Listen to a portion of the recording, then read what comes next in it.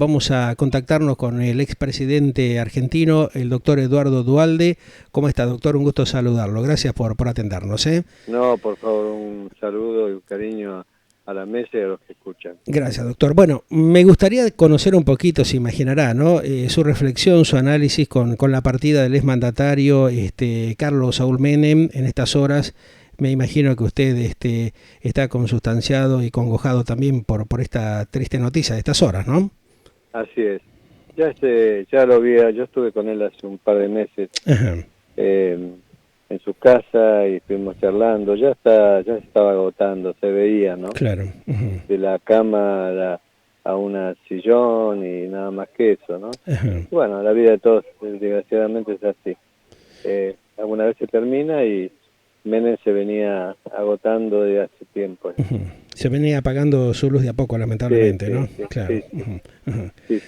Ahora, ¿qué sensación le da usted como es presidente también de la Argentina con todo este tema que está aconteciendo en el país, con la partida de uno de los mandatarios justamente de la Argentina en etapas bastante complejas, teniendo en cuenta justamente lo que está pasando en estos tiempos, doctor, ¿no? Y con todas esas cosas que están todavía sin resolver en el país? Sí, realmente estamos en un momento, uno de los más difíciles, de las difíciles épocas que nos tocó gobernar.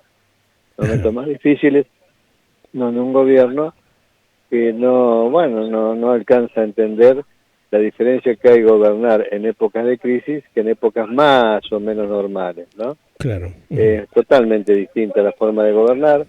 Es una ridiculez tener 22 ministros. Yo digo siempre, Suiza ha tenido hace 200 años, tiene 5 o 6, no me acuerdo, no le llaman a esos ministros, pero ocupan este lugar. No necesitamos tanto, ni mucho menos, y además necesitamos que la política haga su aporte y no lo ha hecho, lo que es una vergüenza. Yo lo he hablado con el presidente, me dice, no, eso es simbólico. Claro, lo simbólico tiene una importancia fundamental en política. Claro. ¿Cómo puede ser que empecemos a querer cobrarle a todos y la política no haga su esfuerzo? Es una cosa que se entiende poco, ¿no? No tiene sentido, sí. Ahora, usted cuando charla justamente con el actual presidente Fernández, o no sé si tendrá diálogo con la vicepresidenta, ¿no intentan buscarle la forma para clarificar esta situación dramática que tiene la Argentina hace tantos años, y que de alguna manera ya se venía planteando en la época justamente del mandato del propio presidente Menem, ¿no? O sea, que esto es un tema que viene de arrastre, la cuestión de la deuda externa, la cuestión de esta falta de consistencia jurídica que tiene la Argentina con vergonzosas reglamentaciones como la que estamos viendo en los últimos tiempos con el tema de la ley de alquileres, con el tema de estos desfasajes que usted mismo plantea, de la gran cantidad de organismos del Estado que están ahí, que no funcionan. Tenemos entes reguladores, o sea, un montón de instituciones y de organismos que generan un costo altísimo y que no dan respuesta a la sociedad. Pero vos sabés que lo que más me gusta a mí, lo que más me atrapa es precisamente una cátedra que tengo hace 15 años. Empezó en Salamanca, y después de 2 años en Salamanca pasamos a Camilo Sela. Soy del consejo de la Universidad de Camilo Sela, y ahí tenemos cursos de profesionales, posgrado, ¿no? Y es lo que a mí me encanta, ¿no? Enseñar lo que es la gobernanza, entender que el orden y el control son fundamentales. Sin orden y control no funciona una familia, no funciona un comercio, y no funciona un municipio, y no funciona una provincia o un país. Nuestro país es un país desordenado y descontrolado. Ahí está el tema, claro. Desordenado, hereditario y descontrolado. Si hay un ejemplo claro de lo que es el descontrol y la falta de control y de orden, es la muerte de Diego, ¿no? Que nadie sabía quién mandaba. Tremendo. Tremendo. Sí, Bueno, tremendo, sí. O sea que necesitamos nosotros primero saber que aún juntándonos todos, que es lo que yo siempre he propuesto, siempre he entendido que los partidos políticos están en última etapa de su existencia, que la partera de lo nuevo no ha llegado, pero que los partidos realmente no representan los intereses que representaban históricamente cuando se crearon, ¿no? Sí. De las clases que estaban poderosas y de los de abajo, de los trabajadores. Claro. Hoy los colectivos mujer, todo lo vinculado con la ecología y otros colectivos que aparecen permanentemente, hacen que vaya cambiando y que aparezcan formas nuevas, como son los movimientos sociales, Sí. que bueno, pasan a reemplazar a los políticos. Nadie sabe quién los representa. Los movimientos sociales tienen como característica que no tienen autoridades, pero que tienen una fuerza extraordinaria. Claro. Por ejemplo, le hicieron entender al viejo rey Juan Carlos de España que no se podía matar animales en África. Exactamente. Se cansó de pedir disculpas y perdió el 40% de su imagen, porque los adultos, nosotros, nos damos cuenta que tienen razón esos chicos jóvenes que aparecen en los movimientos, que no sabemos quiénes son, pero que tienen una concepción distinta de la naturaleza y de lo realmente. Es impresionante cómo los chicos defienden todo lo que tiene que ver con la vida. Claro, porque se dan cuenta que hubo una gran falencia, ¿no?, en respetar todos esos temas. Estas nuevas generaciones como que están más conscientes de lo natural, de lo humano, ¿no?, por la sensibilidad que tienen y por lo que han visto que han acontecido durante estas últimas décadas también. Claro, claro. ¿Usted cree de que la Argentina tiene posibilidad de generar alguna nueva salida, sabiendo que, por ejemplo, varios actores de la política nacional, inclusive su esposa, Chiche Duhalde, está viendo justamente de organizar algún nuevo proyecto político en la Argentina? No, nuevo. Ajá. Nosotros cuando usted esa idea totalmente desacertada que iban a hacer... denunciar a todos la gente de mi provincia para que asuma el hijo de Cristina. En ese momento Chiche pensó, y muchos pensaron, que había que armar otra cosa, pero una vez que se confirmó que el partido no va a ser intervenido, ya no hay necesidad de armar nada, ¿no? Hay que tratar de que el partido tratar de incorporar a todos, no peleando con nadie, y buscar lo que se debe buscar, consensos, acuerdos. Claro. Pero no podemos ir con 10 partidos, las posiciones, el gobierno, porque la verdad que sería lamentable. El peronismo tradicional ortodoxo, ¿usted cree que puede rearmar, reconformar una nueva estructura que de alguna manera restablezca ese diálogo entre, digamos, la ortodoxia del justicialismo, del peronismo y el actual gobierno de Alberto Fernández? Sí, es posible. Lo que pasa es que lo único cierto en la Argentina de hoy es la incertidumbre. Lo que nosotros pensamos puede cambiar. La situación es muy compleja, está un poco atenuada por la pandemia, ¿no? Pero realmente está muy complejo todo y no es razonable creer que se pueden resolver tan fácil las cosas. Pero sí entiendo, y eso es lo que por el trabajo, que tenemos que ver qué es lo más importante. Yo creo que lo más importante es precisamente votar la ley de anticorrupción. En ellas Argentina va a seguir cayendo, porque bueno, la corrupción estructural está ganando terreno en toda Latinoamérica, salvo los casos de Chile y Uruguay, que son los que están haciendo las cosas, ¿no? Claro, hay un tema de que usted hace referencia específicamente, que es la tremenda corrupción increciendo, que cada día se ve mucho más reflejada en lo que pasa en el país y a través de acontecimientos que no han sido resueltos, como el caso de los atentados a la AMI, a la Embajada de Israel, los casos justamente que tenían involucrado también al exmandatario fallecido Carlos Menem, de la explosión de la fábrica militar de Córdoba, un montón de temas que realmente están rodeados de hechos de gran corrupción en el país. ¿Cómo cree usted que se pueden resolver esos y otros tantos miles de temas que están en danza ante una falencia tremenda que hay en la justicia del país? El pasado es inmodificable. Tengo que partir de esa base. El pasado es inmodificable. Estamos muy acostumbrados los argentinos a dictar sentencias, legalistas y políticos. Entonces, eso es un error. lo único que puede trascender es la justicia. Si usted me tiene que la justicia no funciona, bueno, pero no hay otro organismo que pueda hacerlo, ¿no? Por más que sea cierto, no hay otro organismo que pueda dictar justicia.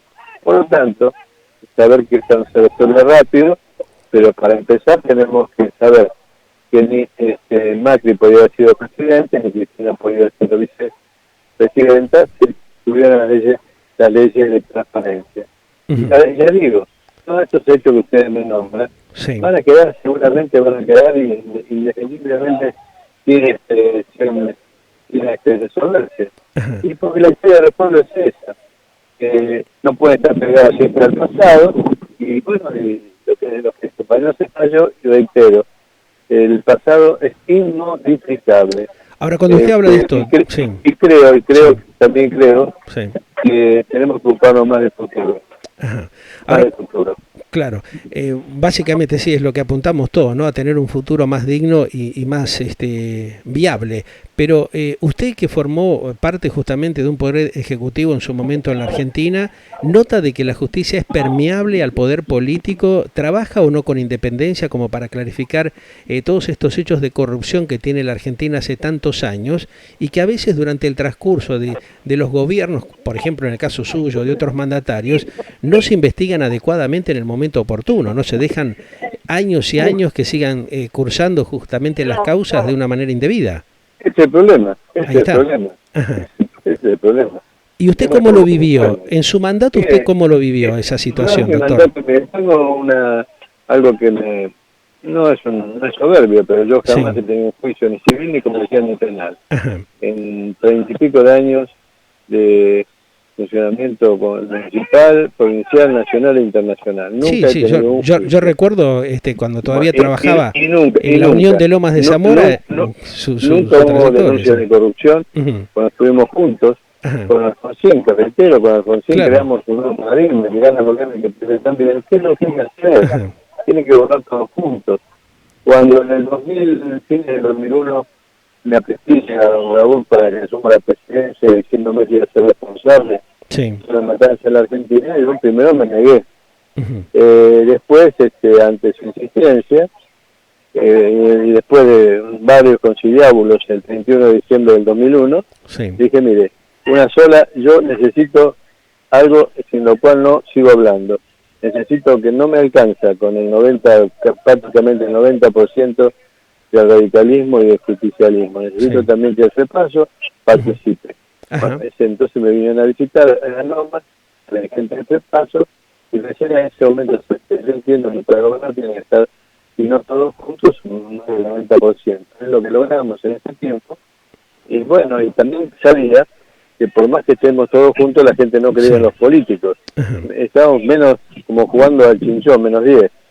Por esa razón, creamos el diálogo argentino y le explicamos a la gente que las decisiones no íbamos a tomar nosotros, sino que le iba a tomar donde iban a estar todas las iglesias, los gente de campo, la la sociedad en su conjunto, en definitiva, para sacar a flote la situación. Y realmente muchas de las cosas que enviábamos venían mejoradas cuando venían del diálogo, venían mejoradas y eso hizo que pudiéramos ir saliendo. Es decir, no confiaban en nosotros, pero cuando estaban todos juntos la gente era proclive a creer. Claro. Ahora, ¿usted cree que de pronto la actual vicepresidenta, ¿no, Cristina Kirchner, complota contra la posibilidad de ese acercamiento que puedan tener los partidos, la oposición, inclusive varios de los integrantes del propio periodismo de base ortodoxo o tradicional? Bueno, Cristina es una persona muy especial. Su inteligencia no está vinculada con la gobernanza. Ella es una persona inteligente, pero su inteligencia no tiene que ver con la forma de gobernar. Para eso ha fallado siempre, ¿no? Ha fallado siempre. Es una persona que no se ha llevado bien con ningún presidente, inclusive incorpora en ese a ninguno a su esposo. Yo pensé que cuando Néstor decide que ella sea presidente, iba a haber lo que llamé en ese momento doble comando. Era lo razonable. Néstor tenía mucha experiencia, ella no la tenía. Eso no fue así. Ella siempre se impone porque tiene tiene una un carácter forma especial, de ser tan tan especial que ella impone su criterio. ¿Eso socava la institucionalidad de la Argentina, del gobierno actual de Alberto Ángel Fernández, de alguna manera, presidente? Si eso complica, socava la efectividad del mandato del actual presidente Fernández.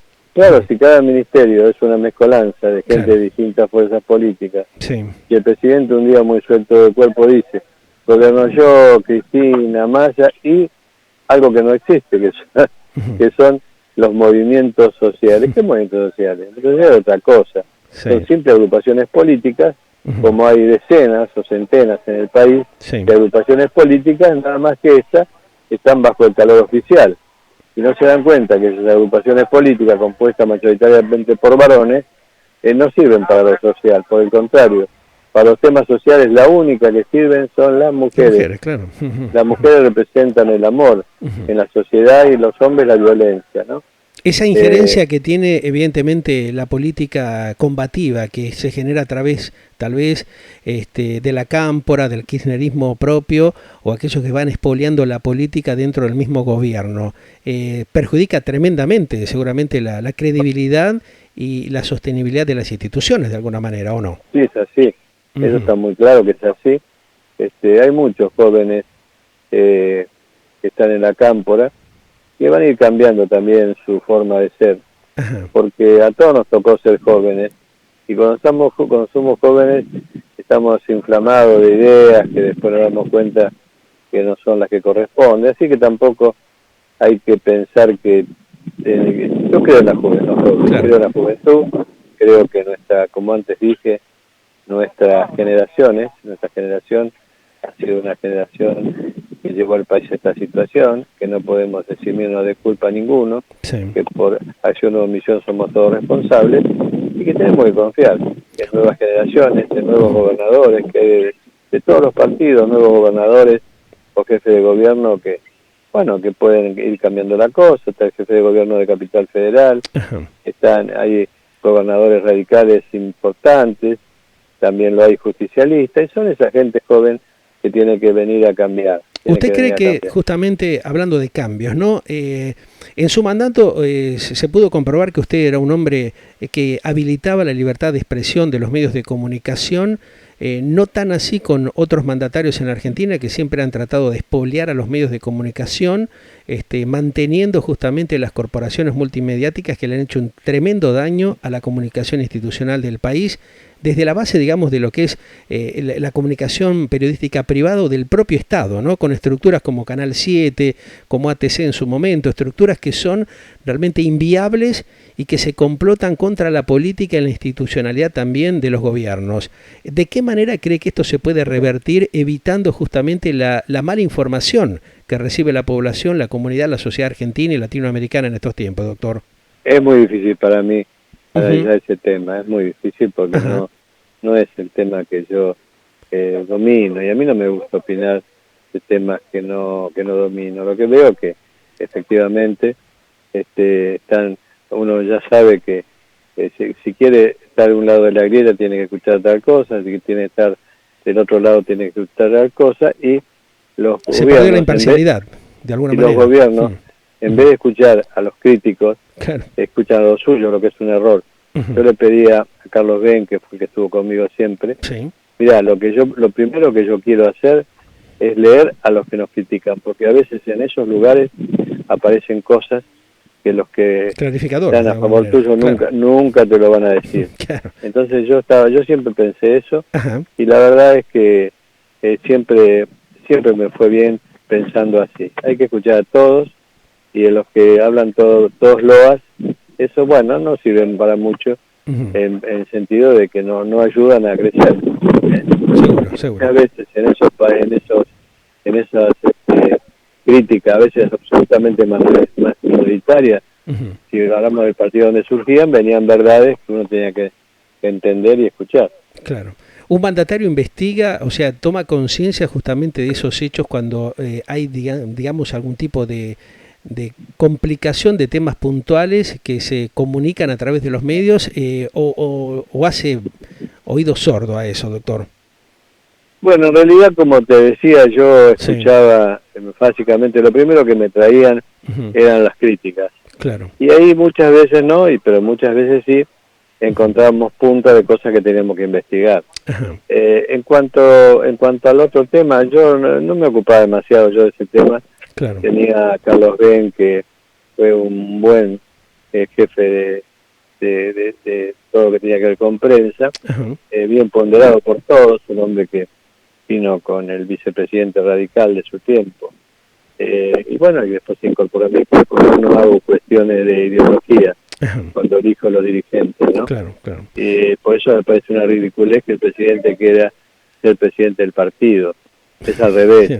Yo cuando asumí la presidencia renuncié al partido, que todavía no volví a inscribirme en el partido. Renuncié porque el presidente es de todo, no tiene que actuar con parcialidad. Pero no lo entiende. Claro, hay muchos, claro, que tienen otro afán personal y que no se dan cuenta realmente que eso los va a complicar, ¿no? O sea, le saca la posibilidad de quedar en el bronce, como digo yo, ¿no? O sea, teniendo la confiabilidad de toda la población, ¿no? De un porcentaje. Sí, claro. Es así. Doctor, le agradezco. Voy a tratar en otro momento que tengamos mejor calidad en la comunicación de llamarlo y desarrollar otros temas. Le mando un gran abrazo, ¿eh? Gracias, adiós, como siempre, gracias. El doctor Eduardo Duhalde, expresidente de la Argentina, un poco hablando con él y planteando las inquietudes de estos tiempos, de lo que se vive justamente en esta Argentina 2021.